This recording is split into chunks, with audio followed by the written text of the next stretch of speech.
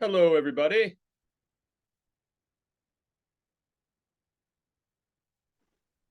Hi. Hey, John, you can hear me, right? Yep. Loud and clear. Oh, great. Okay. I'll start things in about 1 minute. Hi, Amy.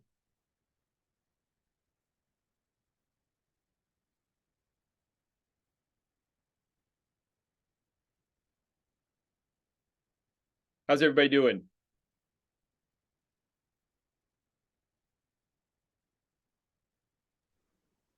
I'm doing pretty Doing well. okay. Yeah, glad to be here. Yeah. Yes. I was driving around Brooklyn today, advertising for this yoga and cannabis workshop we're running. I'm assuming you guys are not local, but we found a very friendly event space in Brooklyn that's very good for these kinds of events. Nice yoga, lots of yoga equipment, and a really beautiful room, and it's cool. I'm in Cool. Brooklyn. Yeah. You are? I am, yeah. You say you're what? I live in Brooklyn too. I'm in Oh, Crown Heights. I would be up for doing some cannabis yoga. cannabis yoga. Yeah, I'll give you the link. Yeah, it's very fun. It's not anything like this in the sense that we're not going for a peak experience. It's small doses. But it works really well with yoga. Yeah. And my collaborators and I are really dedicated to coming up with something original that's not simply get high and do yoga, because that is a paradigm, and that a lot of studios in New York have been doing that since it went legal, which is great. I have no problem with that, but I'm interested in actually figuring out how to build the yoga into the state. And cannabis is really very powerful and can be very helpful. I mean, it yeah, it can be tricky. So let me Well, I'm begin. in Portland, Oregon, Oh, so I don't think I'll be attending. what's that? I said I'm in Portland, Oregon, so I don't think I'll Oh, be attending.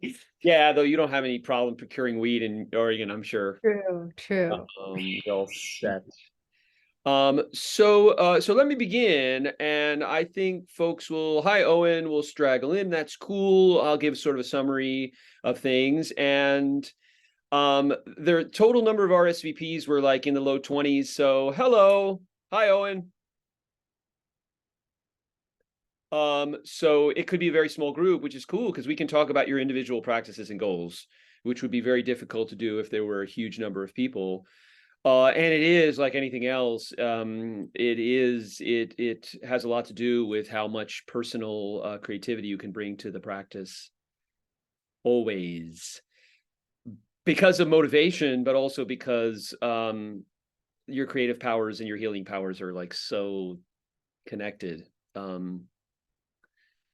So creative engagement with the practice is really one important aspect.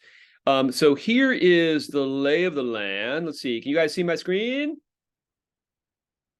All right, cool. I'm a science teacher, and I taught all through the pandemic. I also teach theater, and I taught through the entire pandemic on Zoom, mostly on Zoom. So I did get some Zoom chops. I don't have many generalized technology chops. So yeah, so let me please yell out right away if there's any technological snafus. So here's the lay of the land with Ketamine-State yoga. The goals of the practice are to induce a peak mystical experience. So that is what happened to me. I'll tell you a little bit about what happened to me. And it involved a peak mystical experience that I really wasn't ready for. I didn't bargain for, but it turned out to be quite well prepared for because of all the background in yoga. I say support conventional therapies because there is some literature, it's gathering. The scientific community usually doesn't like to talk about things like mystical experiences, but to the extent that they do, they find that the correlation with mystical experience and healing results is hard to deny.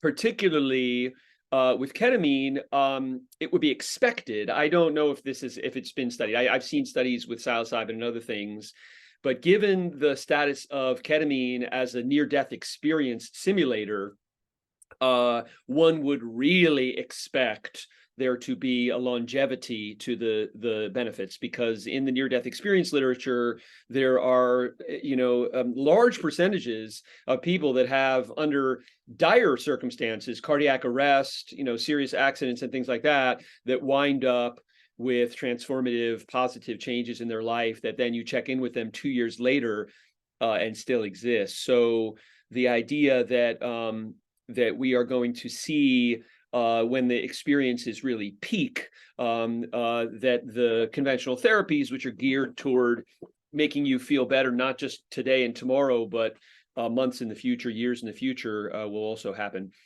And when I say deepen and rejuvenate yoga, that's what happened to me. I basically realized that I had been using yoga to be more comfortable against the background of serious trauma and anxiety depression complex that reached way back into my childhood years, and I was using yoga effectively as a way to smooth out that, make my existence easier, basically.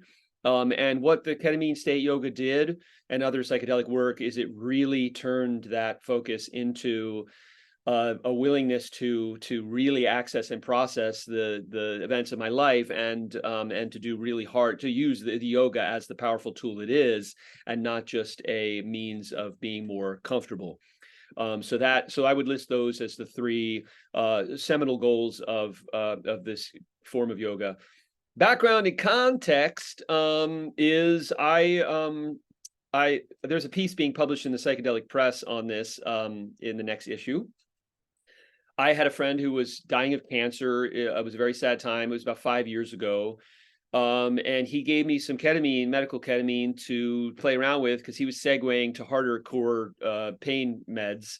But he'd had some mystical experiences with ketamine that he thought were interesting. And to make a long story short, I assured him, I did the measurements, and I have a science background, so I knew that the dose wasn't dangerous, but I took too much. And I wound up in a K-hole that I did not expect, that I had no background with any kind of experience with. I had avoided psychedelics for my whole life because of the trauma, because every time I took even a small dose of mushrooms, things pain would rise and I would feel out of control.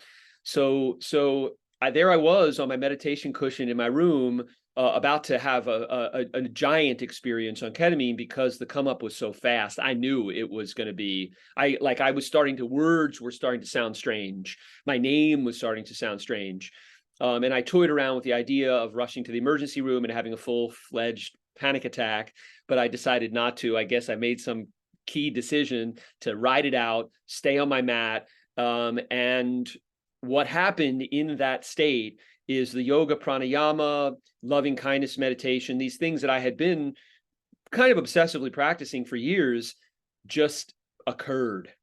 And when I say it like that, it's a weird locution. We don't have the words for this kind of thing, but at the peak of this trip, there was no me. There really was no sense of I am a person, this is my biography. There was no sense of even being embodied. It was just happening, and the pranayama was just happening. The loving kindness meditation was just happening, not to anyone or initiated by anyone, but was simply there. And hours later, I crawled up the stairs to bed, and I knew I'd had a profound experience that I didn't know it would transform me. I didn't really have a solid, secure me at that point that had returned. But in the days and weeks and months that followed, I realized that something really huge had happened. So I started to, about a year later, after my buddy passed away, I started to explore Ketamine-State yoga as a thing. I got a psychiatrist to give me a prescription. He's a Buddhist. He's really interested in this work. He thought it could be very valuable. So he gave me basically ketamine to explore. And over the next couple of years, I developed this set of practices, which really was just refining what happened to me in that initial state. That was it. If I could telepathically communicate that, I would do that. And there wouldn't be any need for me to write all this and teach these things, because it just, you have to experience it. And I refined it. I came to understand certain things about it. I got a sort of scientific understanding of what had happened. But it was many experiences later that I had a very clear, maybe voice from the past. I'm not really sure how it felt to me, but that I had to share. So here I am, sharing these discoveries. I don't have any more depression or anxiety. They were constant companions for my whole life. I remember, clinical depression symptoms at age 8, just lying on the floor without energy, without motivation. I have anxiety that reaches as far back, and I have experiences that I had early in childhood that I can sort of attribute those things to, and they're gone. So I have here I am at age 52 with a real new lease on life. And I wouldn't claim that it was one ketamine trip. I wouldn't claim that it was Ketamine-State yoga. I wouldn't claim that it was any particular substance, but it is something in the culmination of this yoga and this psychedelic work. It can't be anything else, because I was wallowing in it even 10 years ago in my 40s. So that is, that's what it means to me. It means a ton to me to have this lease on life now.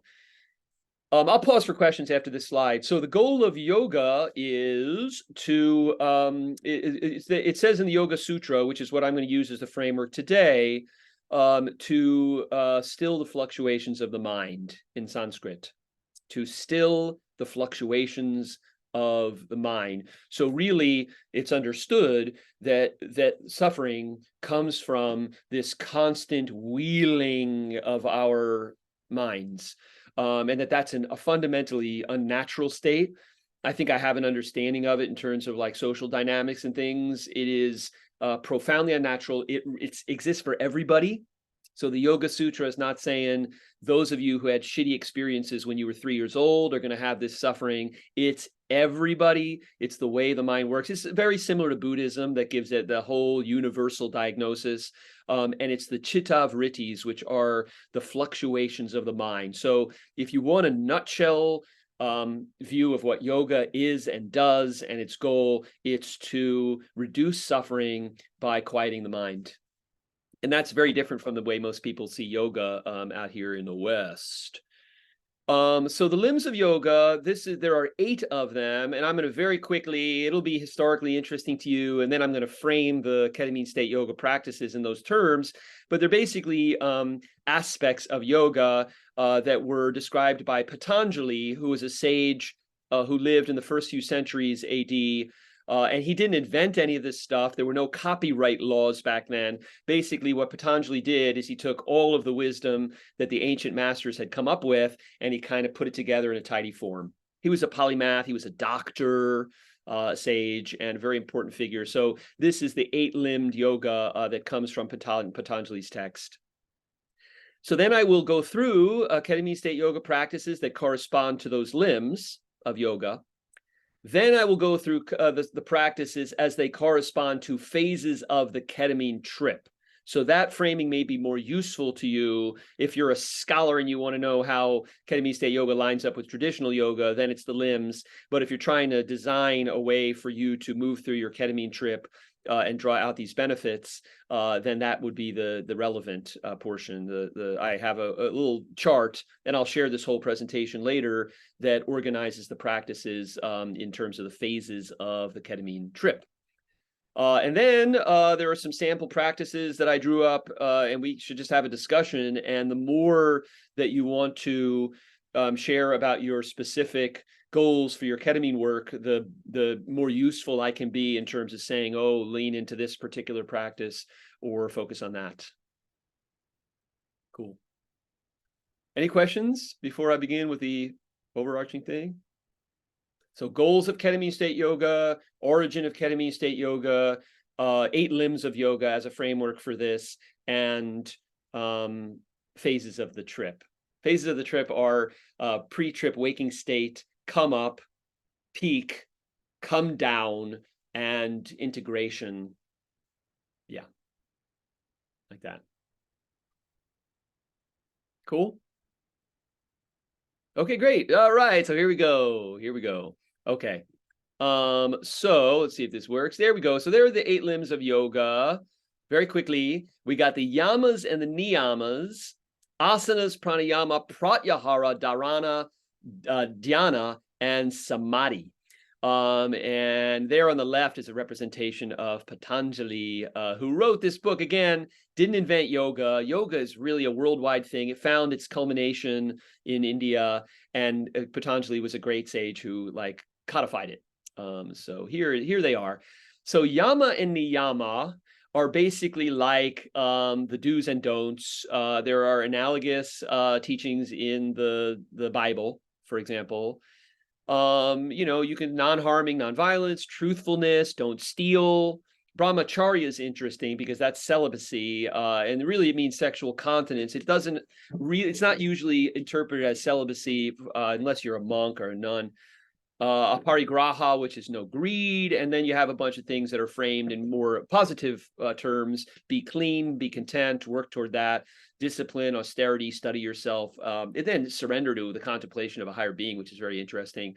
But the way I look at the yama and niyama is like there's a whole bunch of babies, and we're these animals, and we're walking around the world in society. We have a lot of learning to do, and some of it is to make society function well, and some of it's to make us function well, and sometimes those conflict.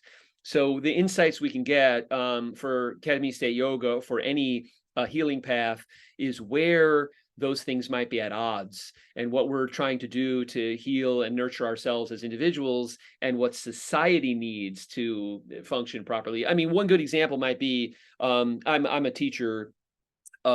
So like I can see that my students in the educational system are being funneled into certain types of ways of thinking about themselves in the workforce that really are about making society run smoothly and not about their fruition as creative people. And you could say, well, that some of that's necessary. I think sometimes it is, but that's an interesting thing to think about. So the yamas and niyamas are basically like societal structural elements and do's and don'ts before you even set foot on the mat. Then come the asanas, and this is the 3rd limb of traditional yoga. These are the postures. So if you ask a person what is yoga in the West, certainly this is how they respond. They think of postures. In fact, if you Google yoga, you get a whole bunch of asanas before you get any other references to any other practices. So asana yoga, needless to say, does not have much of a role in Ketamine-State yoga, because I'm dealing with large doses where at the peak, I don't know who I am, let alone what these do, let alone have the balance to do Warrior 3 or something. Cannabis is very different, but that's the lay of the land. So ironically, Ketamine-State yoga doesn't have much of what most people think of as yoga. It does have a lot of pranayama, and pranayama is the next higher limb than asana. And if you were practicing traditionally, they might tell you, like Iyengar actually says in his book, don't do pranayama until you've done asanas for a few years. I think he's just trying to scare people, but the idea is that pranayama is a higher and more powerful limb. That's the breath, and that features prominently in Ketamine-State yoga, all psychedelic yoga work.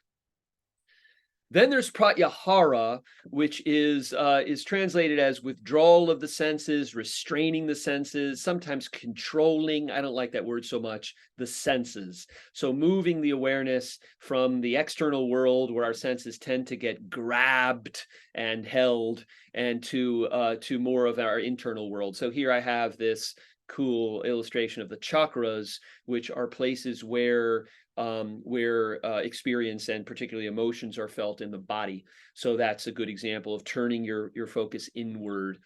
And then comes, after pratyahara, there are a few different forms of meditation that are translated as like concentration or contemplation, and they culminate in probably the best known term, which is samadhi, which many people think of as enlightenment. But in the Yoga Sutra, there are all kinds of, they talk about different types of samadhi, and it's really just a state rapturous absorption. Well, you could call it enlightenment. They talk about samadhi at the Zen temple. It's a very general idea. And you could say that that's spontaneously what we get this glimpse of at the peak of the ketamine trip. Yeah. So let me talk about the application to Ketamine-State yoga. So once again, they'll go through the limbs. So yama niyama, there are these foundational practices that come from Tibetan dream yoga. Tibetan dream yoga is a practice of awareness in the dream, just as Ketamine-State yoga is cultivating awareness in the ketamine state. So, and the dream state and the ketamine state have some really compelling similarities. I will argue that the ketamine state is more like the experience of dying, but the Tibetan dream yogas are actually aimed at the experience of dying. Whereas Western lucid dreaming practices are about having a fun, exciting night where you get to like fly around and like party, and do all kinds of things. The Tibetan yoga is aimed at awareness in the dying state. And ketamine as a near-death simulator means that there is a real resonance, and we can get a lot from what the Tibetan masters are saying. So let me give you two ideas of how this practice works. If you were doing this to support a ketamine journey or support any psychedelic work, you would do it in the spaces in between trips. And that would also serve to say that that experience that I'm slated to have in 2 weeks is a very important experience, and to sort of build up your expectation and your motivation toward that experience, make it special, make it stand out. So here they are. I'm going to relate these are the two first foundational practices of dream yoga. One of them is you notice the dreamlike nature of things in the world. So for example, I'm walking down the street and I say, that's a dream, that tree is a dream tree. I see someone biking by and I say, I live in the city. I say, that bike is a dream bike. That dog is a dream dog. That house is a dream house. And I don't just say it, I really try to feel it. And if that doesn't come automatically, if you can't say, what do you mean feel that I'm seeing a brick wall and saying that's a dream brick wall? I would suggest doing it with a deep breath from the belly, and then exhaling really fully and letting go, and just trying to get with the dream-like nature of that thing. There are a lot of ways to think about it if you need a little scientific leverage. One way is that your senses are giving you not concrete data. You're like, if you ever do that experiment, which is great, I recommend it, of like just staring at a white wall. Just stare at a black piece of construction paper, and just stare at the insides of your eyelids. Just close your eyes and just look for a while, and you'll see that your vision, when people say, if I in order to believe it, I need to see it, but our vision is tremendously tricky and not solid. So when you do the dream practice and you're saying that tree is a dream tree and you're really feeling it, you can just look at it and just open yourself to it. Another thing you can do, this is very Buddhist, and it's true because you live in a modern scientific society, is that it's temporary. Everything's temporary. So that cloud's a good one, because cloud really is obviously temporary. It's going to wisp away in just moments. But the tree's not obviously temporary, but it's temporary. That person is temporary. That building is temporary. So another way to get some leverage into the dream-like nature of things is to remind yourself that just like a dream, they're passing. And I find this is a wonderful way to also draw out compassion.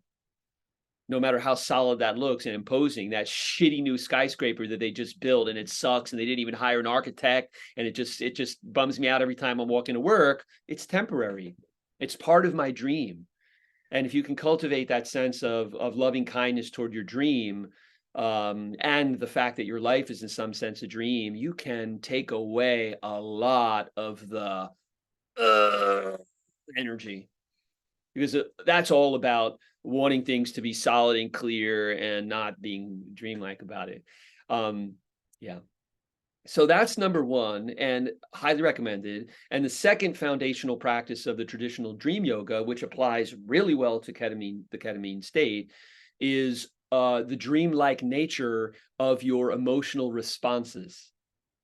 So the first one is things in the world, and the second one is emotional responses. So this jealousy is a dream. This irritation is that person just cut me off. This irritation is a dream. This laughter is a dream. This feeling of loneliness is a dream. And what's amazing about this practice is, first of all, yes, like on a metaphysical level, they all are. Everything's passing. It really reiterates, though, that those things reside in the body. And that understanding, not just an intellectual understanding, but that visceral understanding that the emotional responses, the pain, everything is in the physical body, that's huge. In the ketamine state, that's gold. Because the ketamine state could be looked at as an opportunity to see the mind and body working independently, particularly on the come down phase when the ego comes back.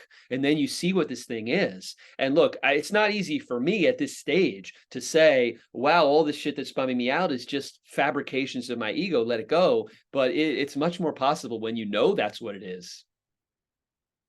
So you go through the day, and if it is overwhelming to say, you know, I've got a ketamine trip coming in a week, I'm going to do this for a week, then just say, on my walk to work. So the way you build prospective memory and motivation that morning, say, when I walk into the coffee shop, or when I have that errand at the bank later, I'm going to do the dream yoga practices. And just a little bit of that, seeing the thing or feeling the thing, the emotional response, bringing the awareness to yourself, inhaling from the belly, exhaling fully, and then letting it go, because it's just a dream. You're just letting it go. That power will be available to you in the ketamine state and in any psychedelic state and in the waking state. And it's really a very small jump from that to, wow, I have so much more equanimity. Shit doesn't bother me as much anymore. I have more energy because my energy isn't consumed in all these like gnarly emotional responses. So the reason that I'm framing that as yama niyama is because I'm looking at the aspect of those strictures, yoga limb number 1, that are not about making a more peaceful, well-functioning society, but about you and your mind, your peace of mind. So they could be looked at both ways. And a lot of moral teachings can be looked at both ways. On one hand, like we all need to do this, otherwise society will fall apart. But on the other hand, like non-greed, the non-greed yama. If you walk around with greed on you in your body and on your breath and on your mind all day, good luck when you get into the ketamine state. I mean, the ketamine state has so many wonderful medicinal powers that maybe it will wash things away, but it will be better for you if you've already practiced with the state of greed. And again, you could do that with saying, oh, if everybody's greedy, society's going to suck. But you could also do any of these things by saying, my goal right now for myself is peace of mind. And all these phantoms, all these interlopers, you know, the mind creations, the chitta vrittis that the yoga is trying to ease out, they're just creations of the mind. They're dreamlike, and I let them go with compassion. That's my dream. Does that make sense? Any questions about yama and niyama before I move on to asana? I'll summarize and then pause for questions toward the end. So, all right. So then comes asana. And in the context of ketamine-state yoga, we're not going to use them during the trip, but it is a highly recommended thing to do prior to the trip. And it obviously won't work if you're hooked up to an IV, but I would argue, you know, before the IV. So, and this will work anytime. And it can be done if you have a shitty, you know, you're bummed out at your job and you're sitting at your desk. These can be done at your desk. So these are seated asanas that open the breathing space. They actually literally make breathing easier. They start to synchronize breath and motion, which brings the attention to the breath, which is where we want it during the ketamine trip. And they also prepare the body for sitting. So if you're like me and you're practicing Ketamine-State yoga in a seated position, it's just, I mean, I'll sometimes be tripping on my cushion for 3 hours or 4 hours, and that is just very uncomfortable in the hips and hamstrings unless you know how to do some asana yoga. So that's what that's useful for. All right, so let me give a very brief rundown of this. This is a practice you can do anytime. It's very simple, and the drawings basically recap it. So the important thing is the breath. You want the inhale to be very deep from the belly all the way to the top. It could be through the nose, it could be through the mouth, it could be through both.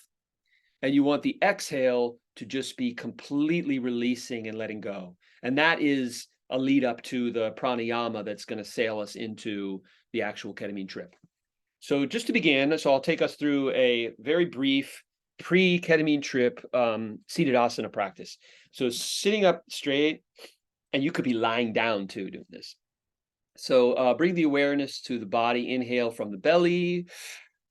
And as you exhale, just feel the muscles of the face relax, the jaw, the throat, the shoulders, the chest, and the belly, and then let the breath settle at the bottom. Inhaling from the belly. Long exhale, muscles of the face relax, jaw, throat, shoulders, chest, belly. Okay, now expel the air with the abdominal strength. Really push so you're empty. Swivel the body slightly to the right. And then as you inhale, lift the right arm up as high as you can so that when you reach the top of the inhale, the arm is really stretching up. And then exhale and release. Let the breath go all the way out. Swivel the body to the left. Inhale as the left arm comes up. As high as you can, big stretch to the top of the breath, and then exhale and let it go. Already, that feels good. I haven't done any asana yoga today, so that feels good to me. Clasp the hands in front of the body, get the clasp ready. Expel the air with the abdominal strength. And then as you inhale, lift the clasp up, only slightly back. You can roll the shoulders away from the ears to open the heart. Only slight back bend, and then as you exhale, push the clasp out in front of your body, tuck the chin to the chest, tuck the tailbone, squeeze the abdominal muscles, and really squeeze the air out. So let me do that again with the side view here, just so you can see the spine, although the Zoom screen is very small. It's the inhale, the spine goes like this, and then the exhale, the spine rounds like this. If you've ever done a yoga class, this is called cat-cow. It's usually done on all fours on a yoga mat, but it's just as effective in the seated position. So let's try it one more time together. Exhaling fully, expelling the remaining air with the abdominal strength. So you're empty, getting the clasp ready. Inhale, lift the clasp. Top of the inhale, nice big stretch, and then exhaling, pushing the clasp, squeezing the abdominal muscles, tucking the chin, and squeezing the air all the way to the bottom. And just take a second to feel how that feels.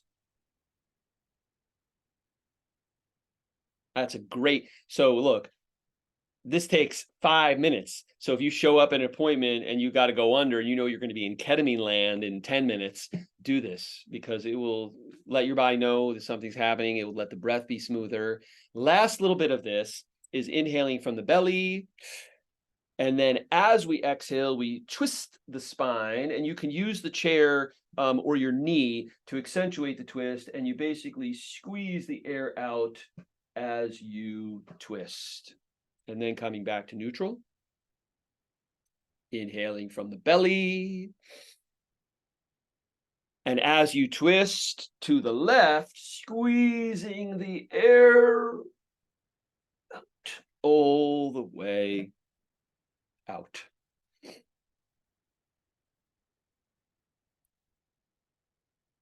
Highly recommended. I teach physics.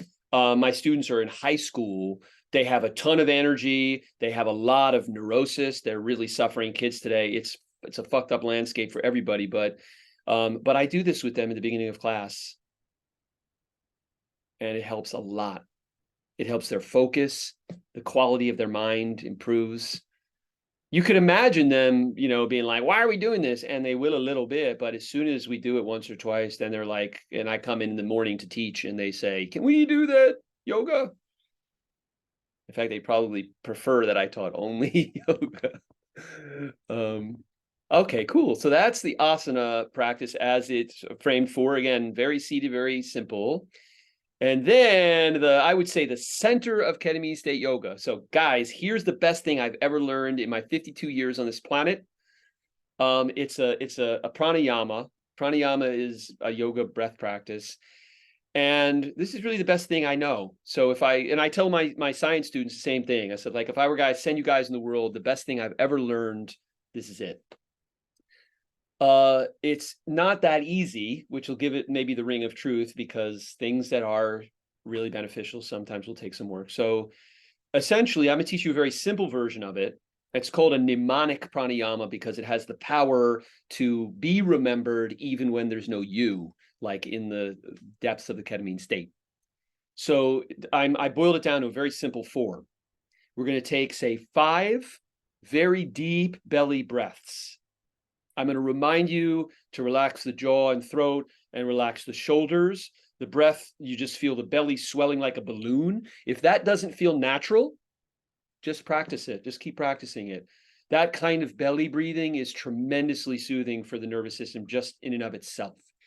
So the belly breath the inhale comes in from the belly. The exhale is just spilling out. And there will be 5 of them. And I'll count them off. And then the final exhalation, number 5, is elongated.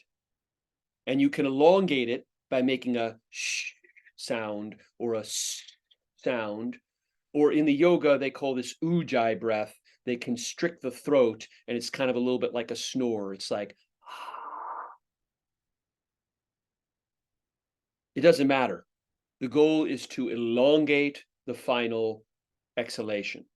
Okay, so 5 deep breaths. If this is all you knew, all the other stuff is basically helping you to actualize this in the depths of the ketamine state. This is what I think induces the peak mystical experience. And you'll understand why when I tell you the last portion of it, which is you rest at the bottom. So you let your lungs empty, not by muscular force, but just by exhaling fully, which sounds trivial. And like we are, we're humans, but this is our body. But believe me, we have learned not only the chitta vrittis, the mental stuff, it's all on the breath. So the breath has gotten seized and stuck. So we're going to follow the breath all the way to the bottom. And then we're going to rest there on empty. Not with muscular force, just by letting go, letting go, letting go, letting go, letting go, letting go, letting go, until the breath, the inhalation just asserts itself and the breath comes rushing back in. So this retention, passive retention of the exhalation is the thing that synchronizes with this safe, induced near-death experience. It's like an ultimate surrender. And when the breath comes rushing back in, this is my subjective experience. When the breath comes, I'm also in a dark room, so there's no external stuff vying for my attention. When the breath comes rushing back in after this retention, it's like waves of bliss in the body, a sense of complete rebirth. Like you've sort of like accepted death, you've accepted it, and then your body has started to pump again. And when I say it passively like that, it's really like that because you didn't say, oh, now it's time to breathe. It just happened. And then it carries you away with the ketamine trip, which, as you know, has all these hallucinations and bizarreness, but you're just like this bliss being watching it happen. And that is, that's really the deal. And that's the peak mystical experience. And then your ego comes back. And if your dose isn't that high, the ego will never leave in the first place. It doesn't matter. This practice is the bomb. And when I do this with my students, if I'm feeling frustrated with them, I do this if I have to speak or do something that might be nerve-wracking. This pranayama will transform your energy very, very, very quickly. So again, 5 deep breaths from the belly, elongated final exhalation, And then we're just going to rest on the bottom for a long time until you just naturally start breathing again. All right, let me demonstrate once, just me, and then we'll practice, and I'll take questions, and then we'll practice together. So 5 deep breaths from the belly, elongated final exhalation, rest at the bottom on empty until I simply can't rest anymore, and my breath comes rushing back in. So here goes.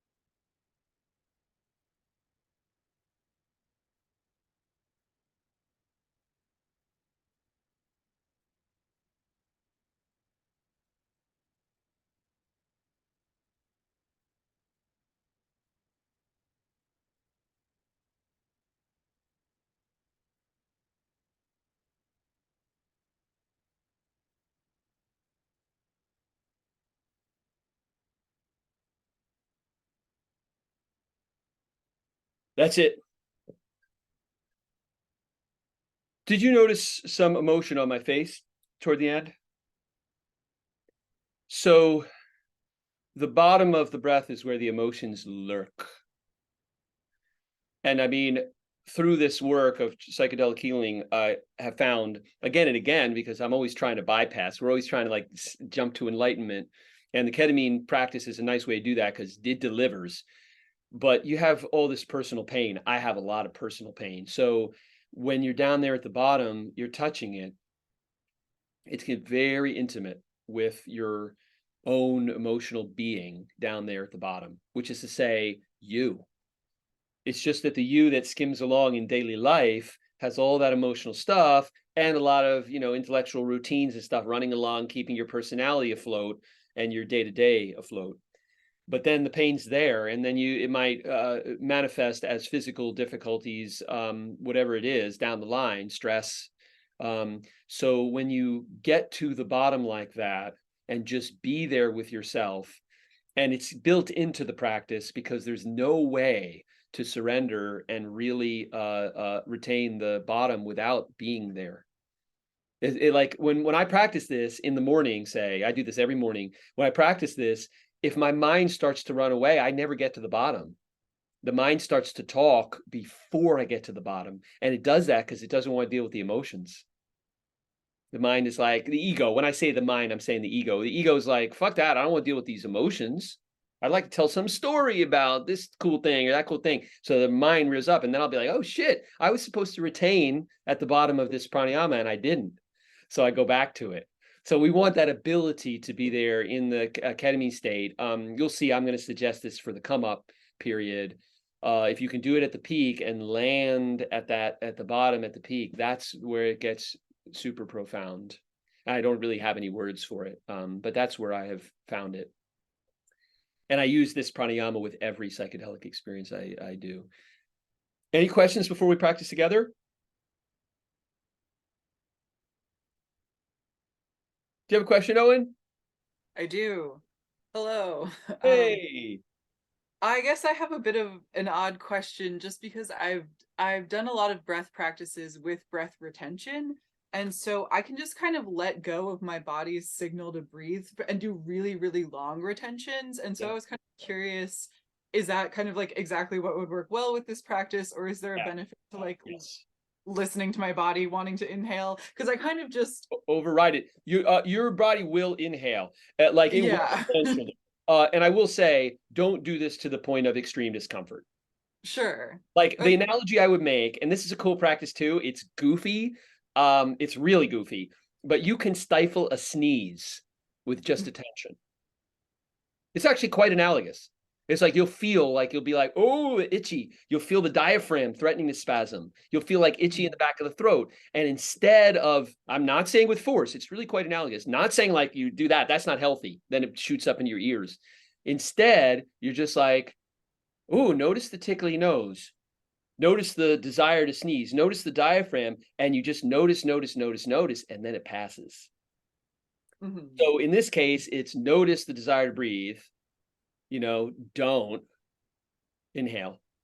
You'll notice it again, and then it'll happen more and more rapidly. I'm telling you, don't go. I'm not recommending going to the point of discomfort. I'm Okay. recommending just have, play with it.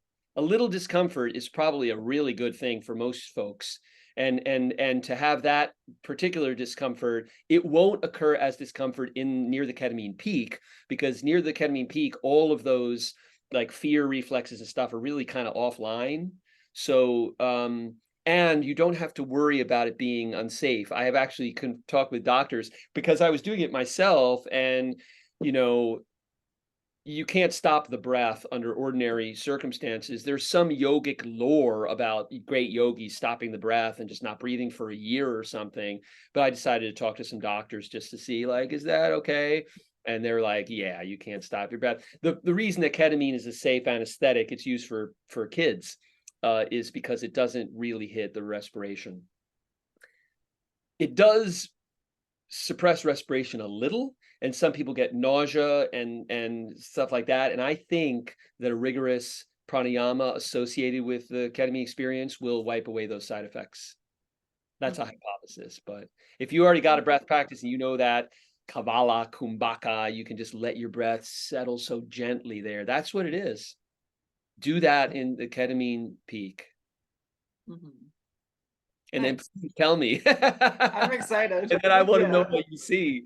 I mean, I don't have words for any of it anyway. I'll be like, Mhm. okay, sometimes I will. There's some giant space battleship floating in among stars, or like I'm on a mountain peak and I'm dressed in clothing I don't recognize. Like there'll be wisps of things, but it's usually just a sense of a disembodied being unfolding of all what the universe has to offer, and then this place of deep equanimity and compassion, because you're apart from it. It's really something. It's really I mean, it's so much more spiritual than people give it credit for being. So there's the practice. Let's do it together, and see how it feels. Ready? Okay. So sitting up nice and straight. I'll just a couple of breaths to prepare. So deep from the belly. And then as you exhale long and slow, feel the relaxation of the facial muscles, jaw, throat, shoulders, chest, belly, and then just settle at the bottom. Another inhale to prepare. Long exhalation, muscles of the face relax, jaw, throat, shoulders, chest, belly. Let the breath settle at the very bottom. And here we go, deep as you can from the belly. Spill it out. 2, 3, 4, 5, and elongate it.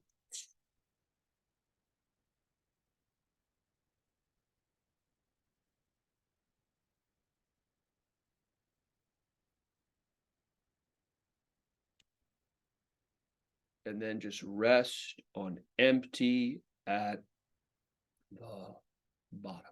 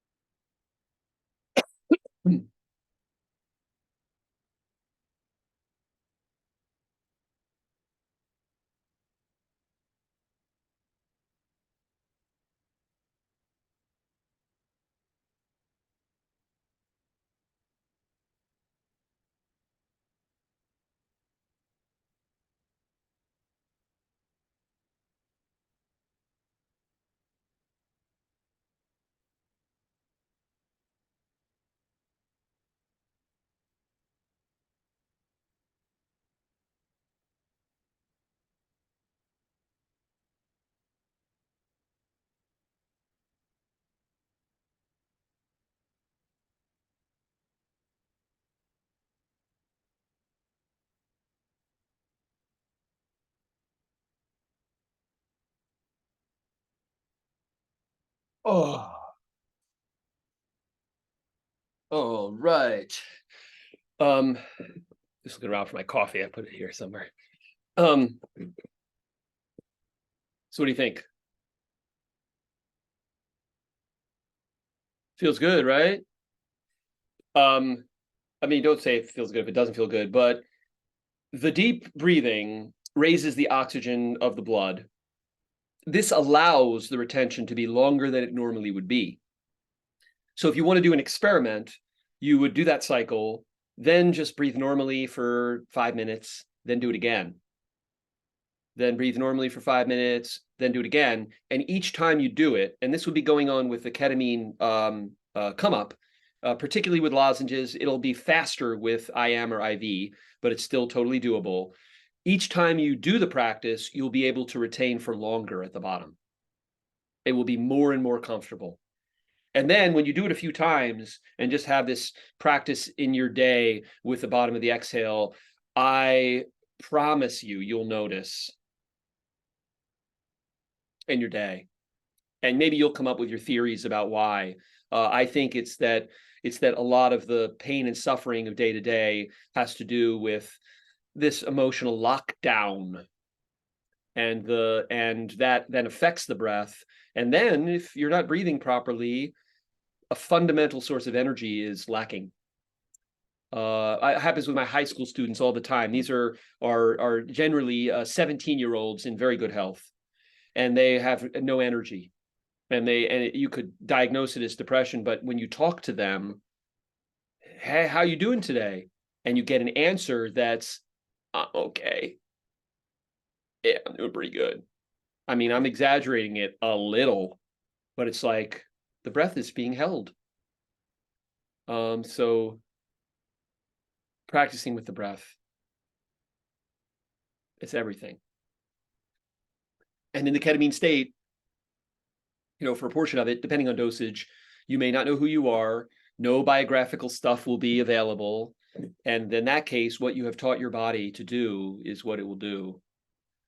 So there's the reason I call this a mnemonic pranayama is because I'm not suggesting counting the breaths. I'm suggesting a number that's small enough that your body can remember it in multiple ways.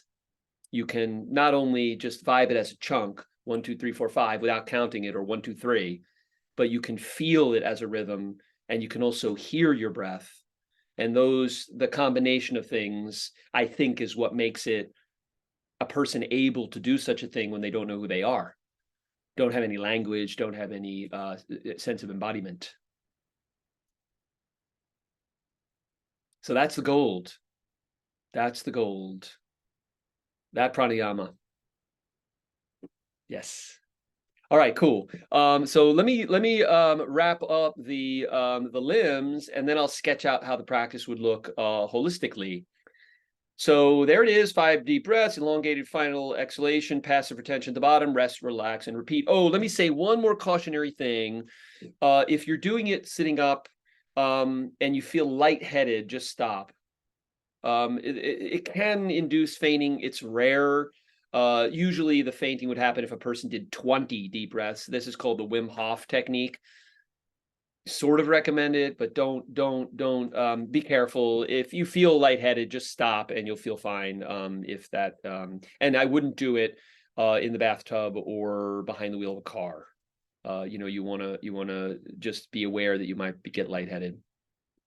All right, cool. So Pratyahara in Ketamine-State yoga is mainly awareness to the chakras, and this is I would say, if the pranayama is the main driver of the mystical experience, the chakra scan is the gold when it comes to conventional therapy.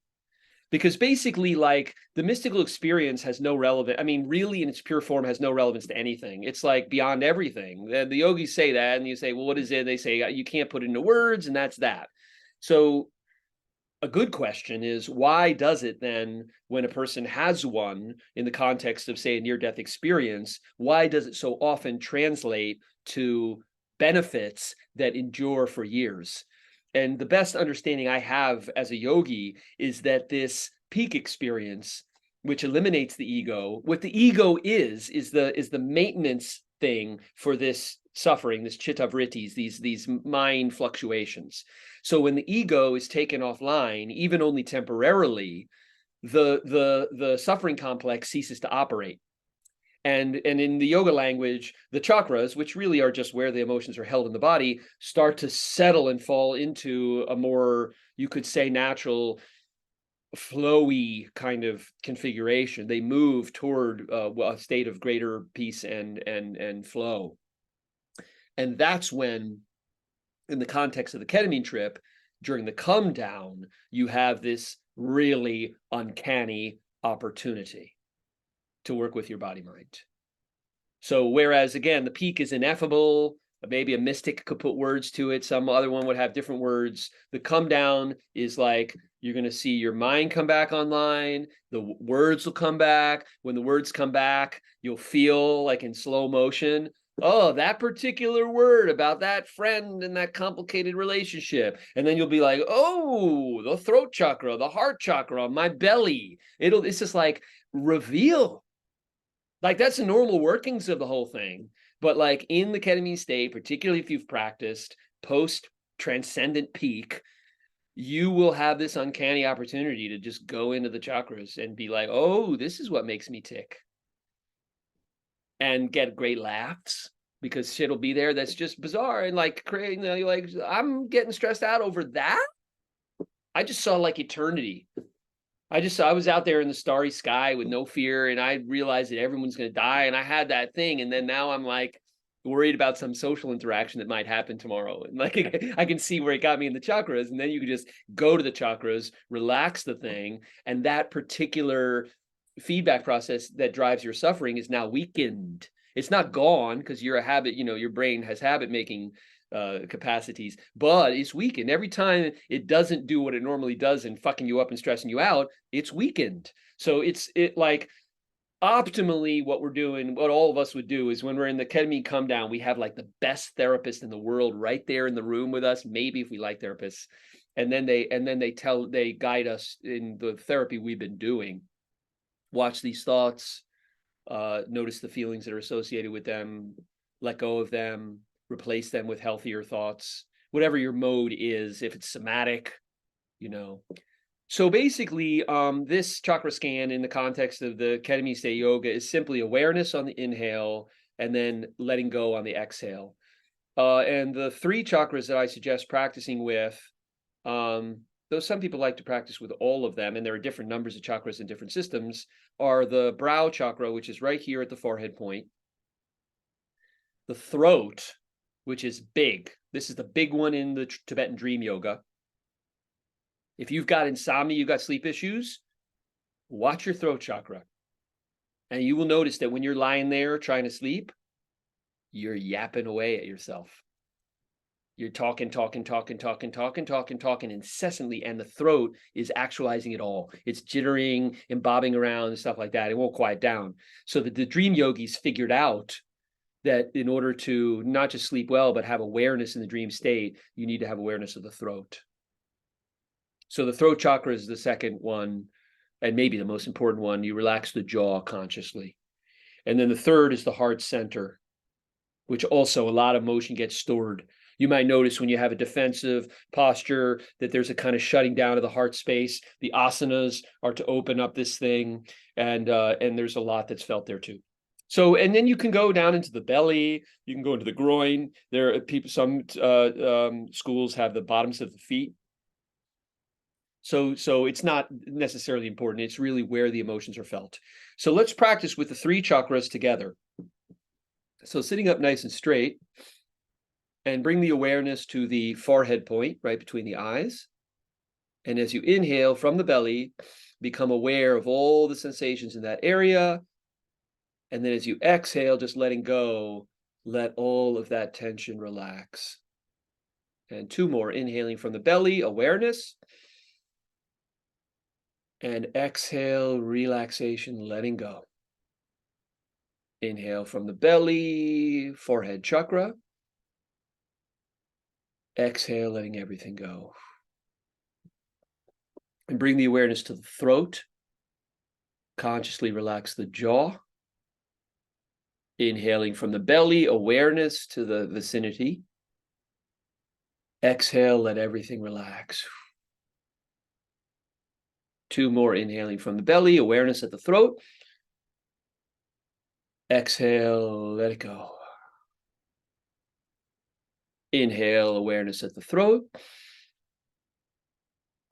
Exhale, letting it go, letting it go, letting it go. The Tibetan dream yogis associate the throat chakra with the sound, the seed syllable, ah.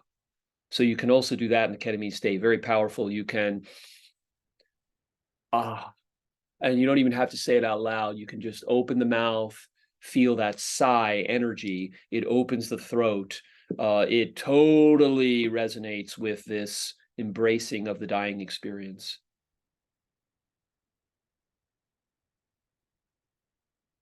Okay, so last one, sitting up straight. Awareness at the heart center, right in the middle of the ribs. Inhaling, feeling all the clenching and holding in that vicinity. Exhaling, letting it go. Inhale, awareness at the heart center. Exhale, let it go. And one more deep from the belly. Awareness at the heart center. Exhale, letting it go, letting it go, letting it go.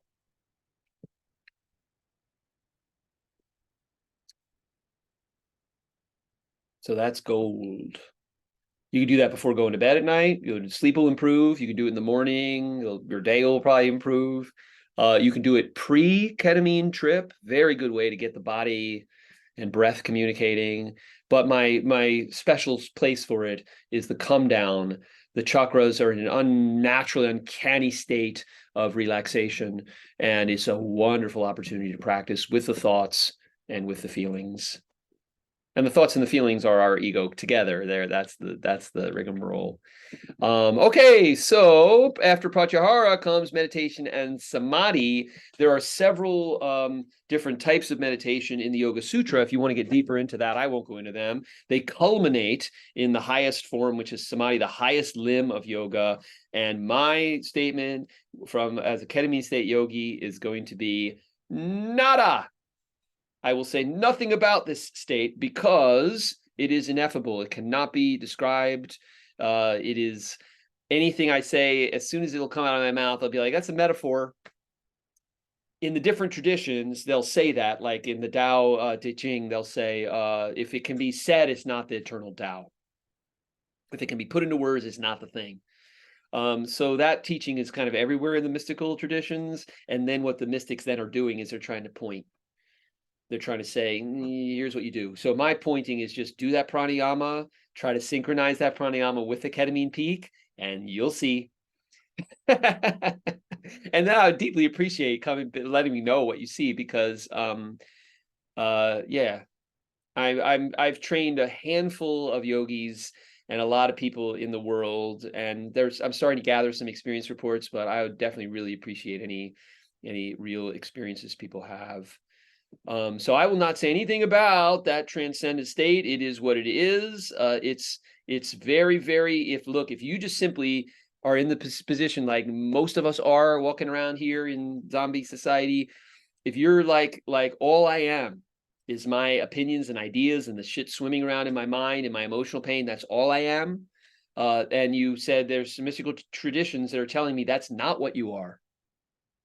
And that's all extremely superficial. It's all going to be gone in a blink of an eye. And what you really are is something very mysterious and that can't be expressed in words.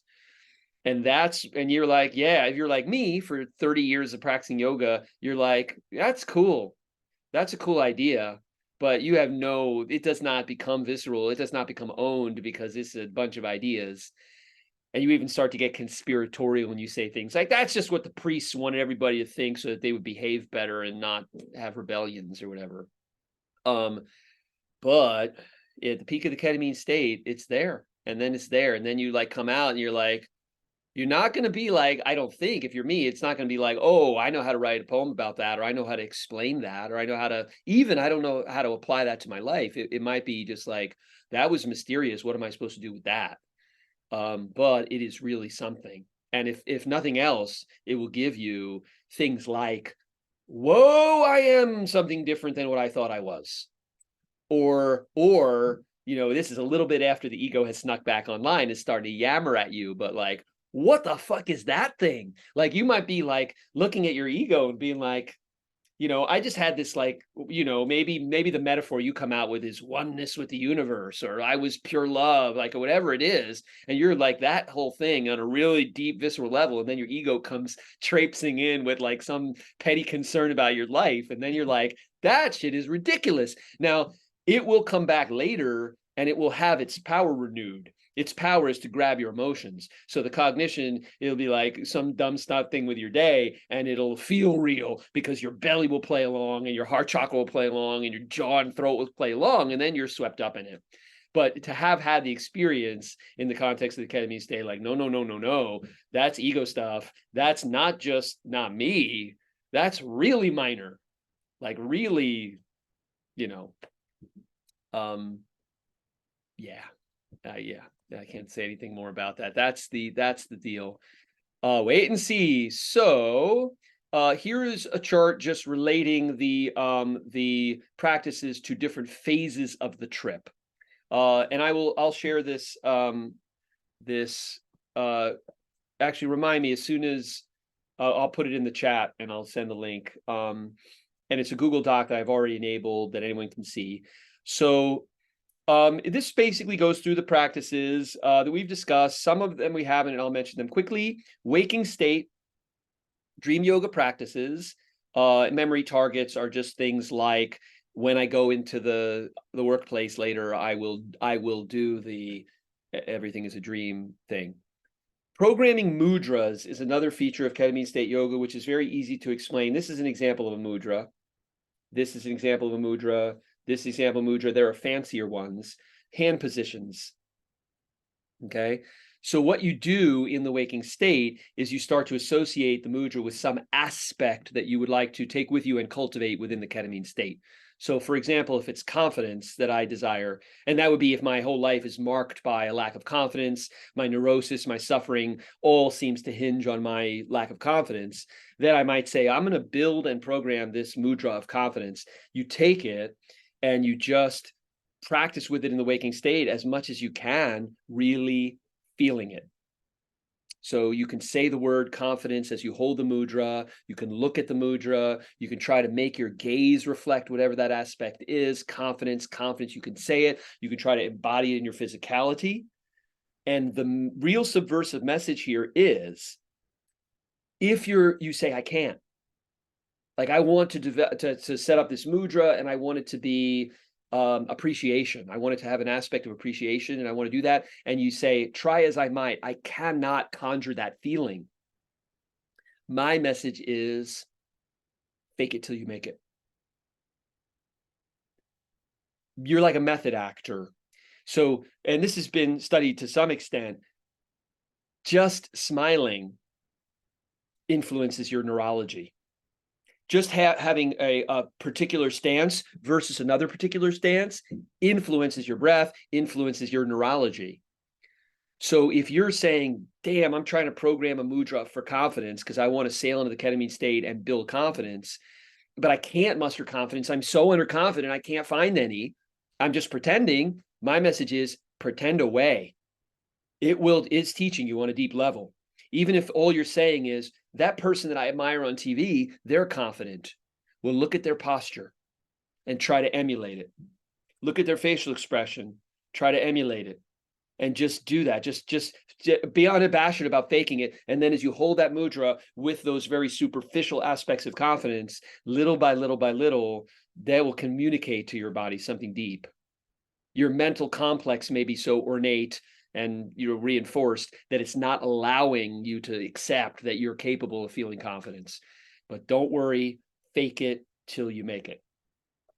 and the programming of the mudra you do prior to the trip, so that in the state you can actually access it and have it be there for you. So that's the waking state. The come up is that energetic pranayama, deep belly breaths with the exhale and the extended exhalation and the retention at the bottom. The mudra, if you have practiced it and you're coming up, a great thing to be doing your breath work with would be holding the mudra that embodies that aspect that you have cultivated. And then I'll teach you in 2 seconds the Buddhist half smile practice. I got this from a Buddhist magazine. All you do, this is by the way, this is fake it till you make it. This is hacking your neurology, is just relax the muscles of your face and now allow a little smile to come on the edges of your mouth. It's just a half smile, meaning not a big smile, a subtle smile. And as you hold that smile, just become aware of the feeling at the corners of the mouth. You can feel how when you take that subtle smile, the jaw and the throat relax and open in a new way. And also when you take that little smile, you can feel the brow and the scalp kind of relax and open. So the half smile is a wonderful little attention practice. It also brightens the mood, because again, the neurology's the relationship between the thoughts and the expressions is two-way. It's not one way. People think something in the world influences my emotion and then my emotional expression. That's the causal chain, but it's two-way. It's complex.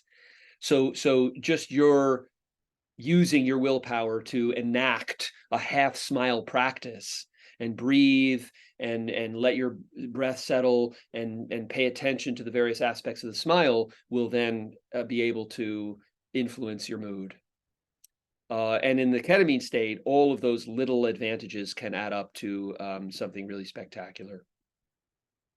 So for the peak, I just have resting at the bottom of the breath as long as you can. And when the breath rushes back in, you're in for a metaphysical treat, I would say, but that's a little too trivial. You're in for something. Come down, the chakra scan, witnessing, letting go of thoughts and emotional responses. I'm going back to the dream yoga because that's very similar to the dream yoga practice where you're noting the dreamlike nature of things. So that if you've been cultivating that, the ability to see something and dreamify it and then let it go with compassion, the ability to notice an emotional response in your body and acknowledge it's a dream and let it go, in the come down state of the ketamine trip, it will be very easy for you to be like, ooh, I saw that thought come in. I feel this irritated despair type of feeling, and whoosh, I let it go. The more you practice in the waking state, the more that power will be available in the ketamine state. So finally, post-trip integration, cultivating joyful effort is huge. This is to say, whenever you do anything, that much is discussed in the psychedelic community, psychedelic healing community about intention setting. We know it's so important to set the intention on the way in, but even more important, I would say, is cultivating joyful effort when the effort is over. Is saying, even if, for example, in the context of dream yoga, you don't remember any dreams, rather than say, definitionally, it's a fail. I'm trying to do dream yoga. I didn't have a single dream that I remembered. Instead, you say, I practiced. I remember a few fragments. You know, I appreciated how it felt in the bed, more comfortable than usual when I woke up in the middle of the night. You emphasize the joy and you really draw it out. Again, fake it till you make it. If it doesn't come naturally, the more you make a habit out of cultivating joyful effort, the easier the practices will be to perform in the future, and the easier time you will have with anything you want yourself to do. So the main fail of people that have some exercise ambitions but never actualize them is that the experience is dreadful, it's painful, and at the end they talk to themselves perhaps or outwardly about how painful it was, rather than good job, I did that. That was cool. That was not easy. That was cool. And then the neurology learns, and the next time you want to do it, it's easy for you to do.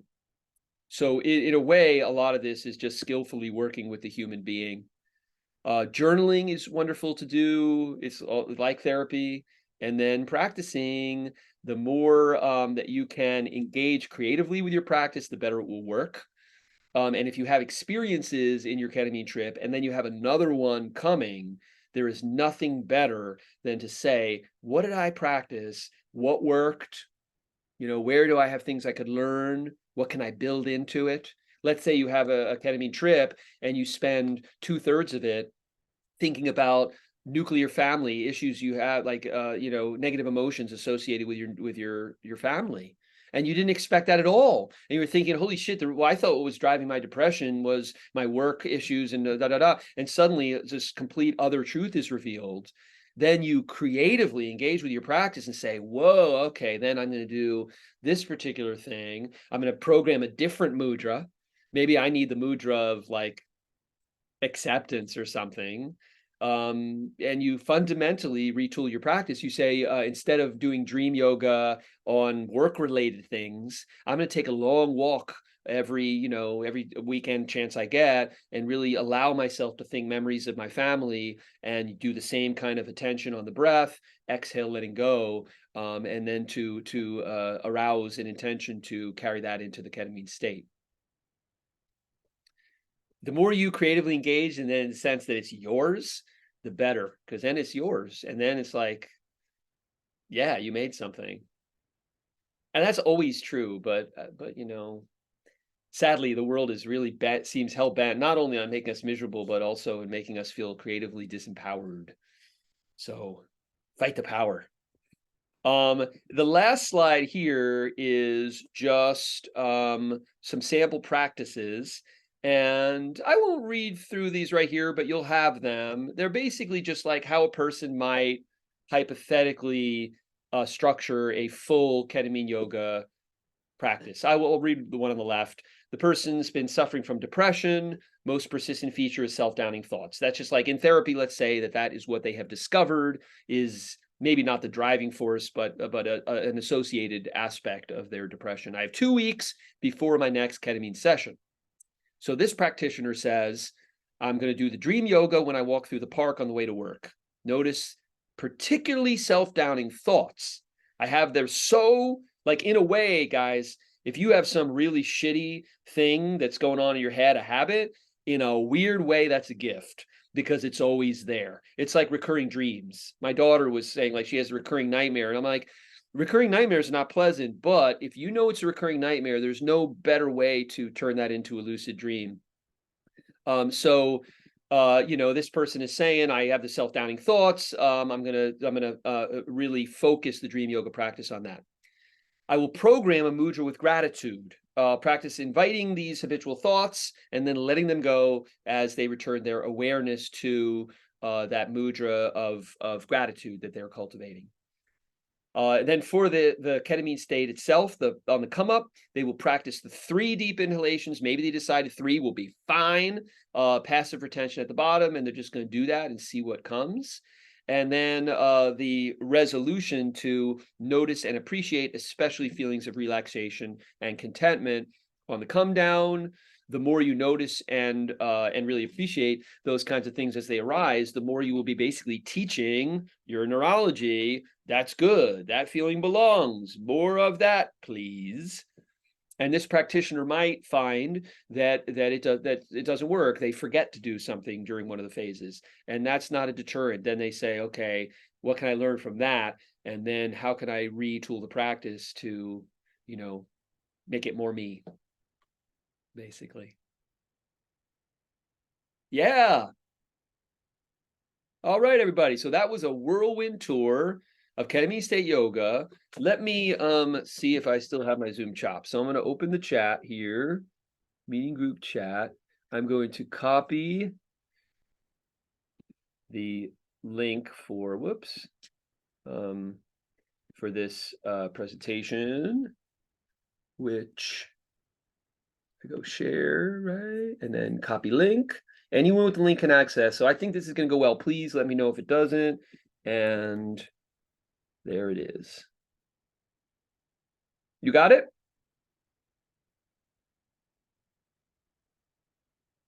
It came in the chat? Awesome.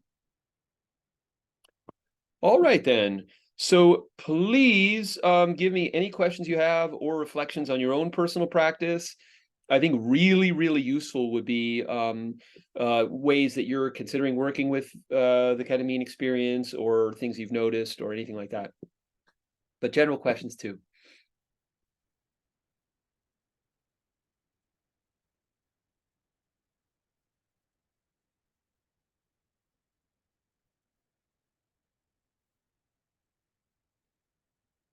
Nobody? Okay. If questions occur to you, please email me. I will respond. And yeah. Yeah. Oh yeah, go ahead. So I just started basically and just have like really low dose lozenges. So like at this point I'm not going on a huge journey. Does this all apply? Like if it, I mean, I guess I have a little fear about going on a huge journey. So right now I'm not doing it, but does this all apply for if it's just kind of like a more mellow? Yeah, totally. This would be a great set of practices for without ketamine at all.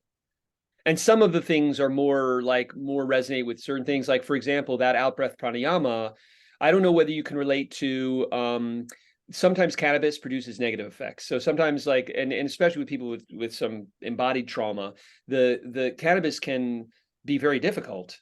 So I'm used to using it and then feeling like a sense of real meltdown level panic, Yeah. that surge of anxiety. I do that pranayama, and on a dime, it changes that anxiety energy to like creative energy or emotional expression. I've done it in the context of healing ceremonies, and I do that pranayama. And the next thing you know, instead of like clenched up, paranoid, looking around, what do other people think? I'm like expressing, I'm laughing, I'm crying. So this is a general psychedelic yoga. The aspects that make it more like ketamine resonant, I think, is particularly that central pranayama, because it is so much about like it resonates with the near-death experience aspect. And the other practices like mudra, like I've included things that can be done in a state of peak dissociation. But if you're doing low dose and you don't have peak dissociation, don't worry about it. I think that another feature of this is that probably all these things make sense. Like yoga is, some people think of it as religious associations, and there are esoteric claims that confuse things. So if someone, for example, says Manipura, the stomach chakra, is orange, and it's a lotus flower with this many petals. I'm making up the details, but you get like, it's like, then you're like, okay. But yoga is often seen by a lot of great masters as a technology, a body-mind tech, basically. And that's the way I'm looking at it. So all of these things, I think, probably make sense. And they probably also make sense why they would be beneficial, like programming a mudra with a certain aspect, going through the dream, going through your life, and just taking stock of how things are mysterious and cool in a way that we usually don't. All those things have benefits. You're doing it through, so is it like one of the, like Joyous or something like that? No, it's just my doctor who prescribed it. Yeah, so I don't really have a ton of guidance. Well, now you do. Yeah, and I've been on the Reddit thread just like reading every single thing I can possibly read, which has been really helpful. A Yeah. lot of people, their music is very important. Yeah. What are some of the things? Hydrate a lot. Yeah. Is the dose so low that you were like planning to do things later that like Um, no, like before bed. I have 100 milligram troches, but I've been only doing a quarter of them so far. okay, it produces a sort of mellow feeling? Yeah. Well, I got a little, well, yeah, I definitely got anxious from it. So I don't know if that was just the nerves. It might be a sense of loss of control. The Yeah, yoga pranayama will be magic. that's awesome. Another thing to do is to get to know the anxiety in any context, become intimate with it. At the bottom of your breath is where everything is. As far as I'm concerned, it's all there. It's not easy. You just go down there and you're like, oh, that's raw. Ooh, that's there. And you're like touching that, and then it'll manifest, and then ultimately it is just energy. I mean, the fact is, and this is what explains a little bit of the way ketamine hits, is in the true near-death experience, the body's trying to save the brain, and it does not want any loose anxiety. There's no loose anxiety is a maladaptation. Who wants to be squandering energy when you need every ounce of energy? So ketamine will work against anxiety. And you can entrain it to do that by working with your breath. Yeah. It's comforting. Yeah. Do you use cannabis as well? No, I get the very bad reaction from it. So interesting to hear you say that about the breath also. Yeah. Yeah. I used to have it every single time. I don't know why I continued to use cannabis. I did for years. Every single damn time I'd use it, and I had like panic attack. Yeah. And I didn't understand that I was a mind body, even though I was practicing yoga relentlessly. But now I know, and it's like I have a very new relationship with it now. It's very good for emotional release. But keep at it. You may also feel like after a time, you're like, okay, I think I could go deeper into this. I wouldn't use it as a sleep aid. No. Yeah. Okay. Yeah. Because the time afterwards, when you are with your conscious mind, is valuable. Yeah. Yeah. Yeah. I'm sure I'll go deeper. I'm kind of just like touching a toe in right now. This was really interesting. I'm super glad I saw I think you commented on a Reddit thread, maybe. Oh. Yeah. Oh, I run a Reddit dedicated to Ketamine-State yoga. And I post that's where I saw your comment. Yeah. Yeah, no, I was I'm a yogi, so I was off social media completely. I had none of that shit. I didn't have real media. I cut out media altogether. And then I was like, okay, I need to teach. I need to talk to people. I need to, I need to do this. It's basically what happened to me in one of these trips was like, you can't hold on to this just because you think it's not cool to go out there and be like, hey, I invented a form of yoga inside the Ketamine-State. I'm like, this could benefit some people in a major way. It's benefited me. I don't know what has caused this astonishing remission at age 52 of anxiety, social anxiety, depression, but they're all really like almost completely gone. Once in a while, the energies flare up a little bit, but they were defining features of my life for 45 years. So what the psychedelics did, there's nothing woo-woo about this. It's like we just store shit on a very deep level. And I was a kid, I was very young, and I stored some stuff. And then it's like, how you can get to it. Mostly people develop, coping mechanisms, armor, and I was doing that. I had a good career, and I raised 3 children, and I did a good job, but I was very unhappy. And now I'm like, oh wow, I get to have another phase of life where I'm not unhappy all the time. It's really amazing gift. And I don't think that you have to do Ketamine-State yoga. My message for folks that are on the psychedelic path is be intentional. And I would recommend some kind of psychosomatic, it's not yoga, something yoga adjacent, because the territory very quickly becomes not about the habitual thoughts and much more about the animal body and the energy.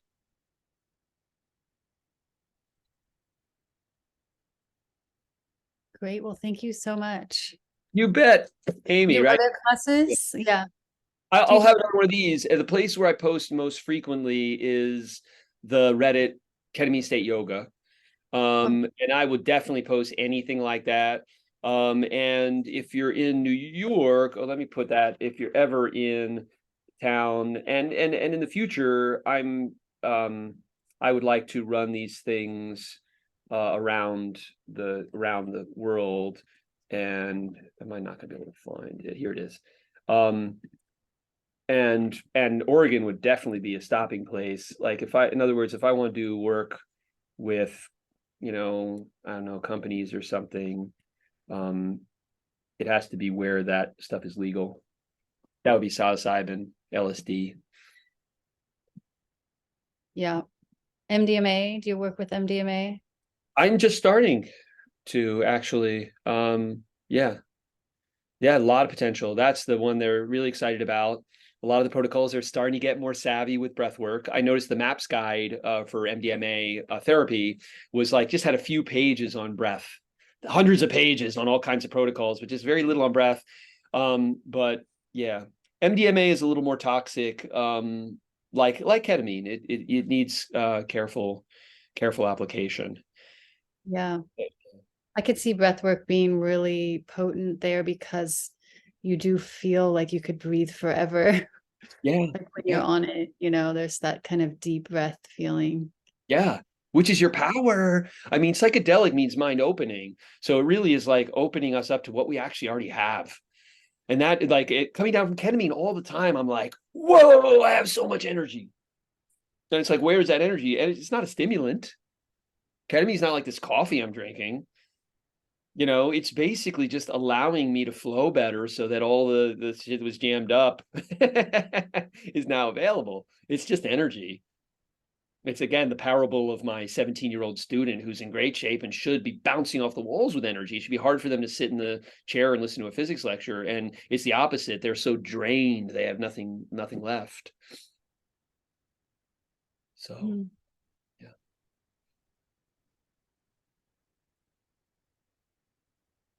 Well, thank you so All much. right, everyone. Yes, thank you for attending, and I appreciate it. And again, reach out and let me know via the Reddit or email if you have any interesting experiences, or if you have an experience and it doesn't work. I need that data too. So I'm really trying to learn and refine things.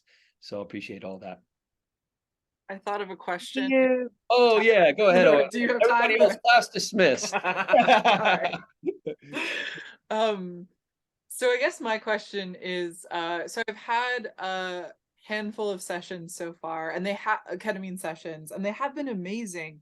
But I've tried to like apply pranayama to ketamine, and I feel like my mind is gone enough that I can't even remember that I had intentions or like what my plan was. And so I guess I'm like, I really like how you've simplified some things, and so I think that make it easier. But I was wondering if you had any advice for like, how do you even find what you were going to do while you're in the experience? Well, here's one idea. So make it 3. It's mnemonic. So make it 3.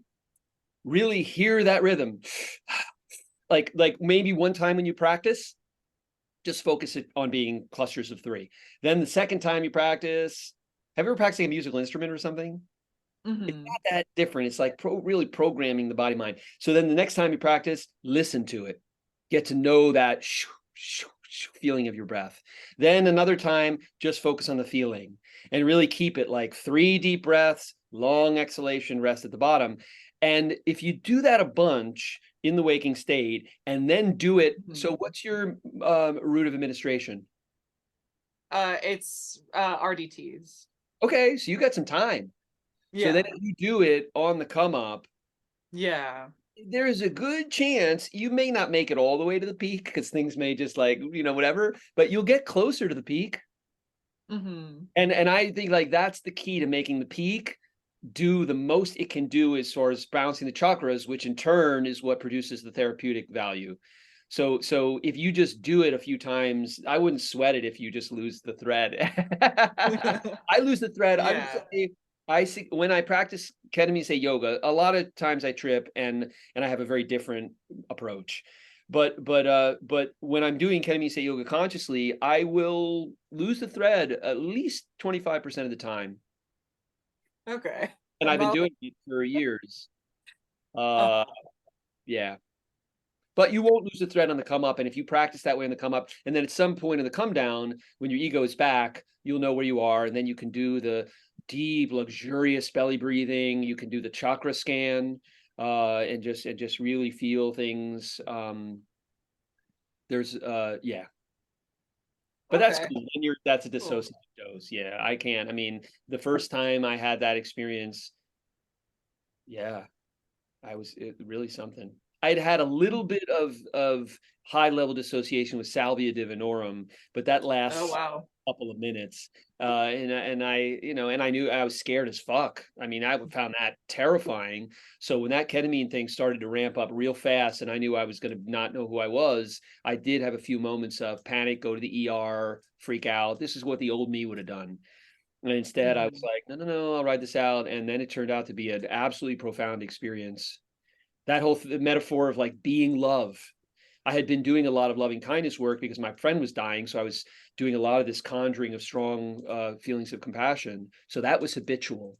So that, you know, in that land of no me, no ego, just this emanation from the heart center. And it was incredible.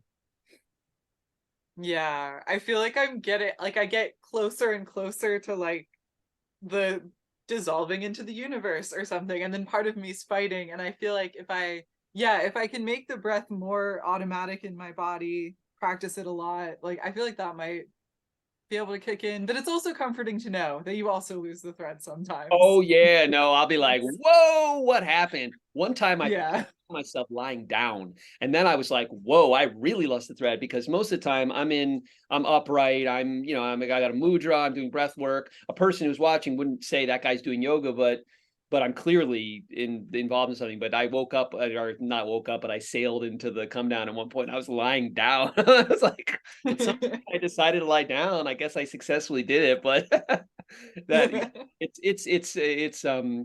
it's okay. The metaphor that the Tibetan dream yogis use is threading the needle, which is obviously a metaphor. It's something that's hard to do, because what they're trying to do is maintain awareness while falling asleep.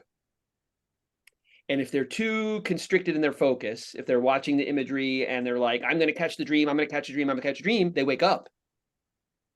And if they're too lax and they're like, oh, then they don't have a lucid dream. They just wake up in the morning or whatever. So threading the needle. So in the Ketamine-State, it's like, you know, you never want your practice to be oppressive, like, no, that's setting up a bad vibe. But if you're too lax, it will also, you know, you won't seize the peak or whatever the fuck. I wouldn't worry about that. I would honestly set your intention to rest on empty at the bottom of the breath. In other words, try to, instead of saying, ooh, I want that peak experience, I want to know what it's like to be one with the universe, don't say that at all. Instead, or if you find yourself saying that, steer it to, I am going to, you could frame it as imploring, may I settle at the bottom of my breath. And then if you do that, that will set the stage for however that ineffable experience manifests to you. All right. Awesome. Thank you so much. This has been so helpful. You bet. It was great to see everybody. Yes, and stay in touch. Drop me a line on the Reddit or email. And yeah, hope to see you at the next one. Thank you. Take care, folks.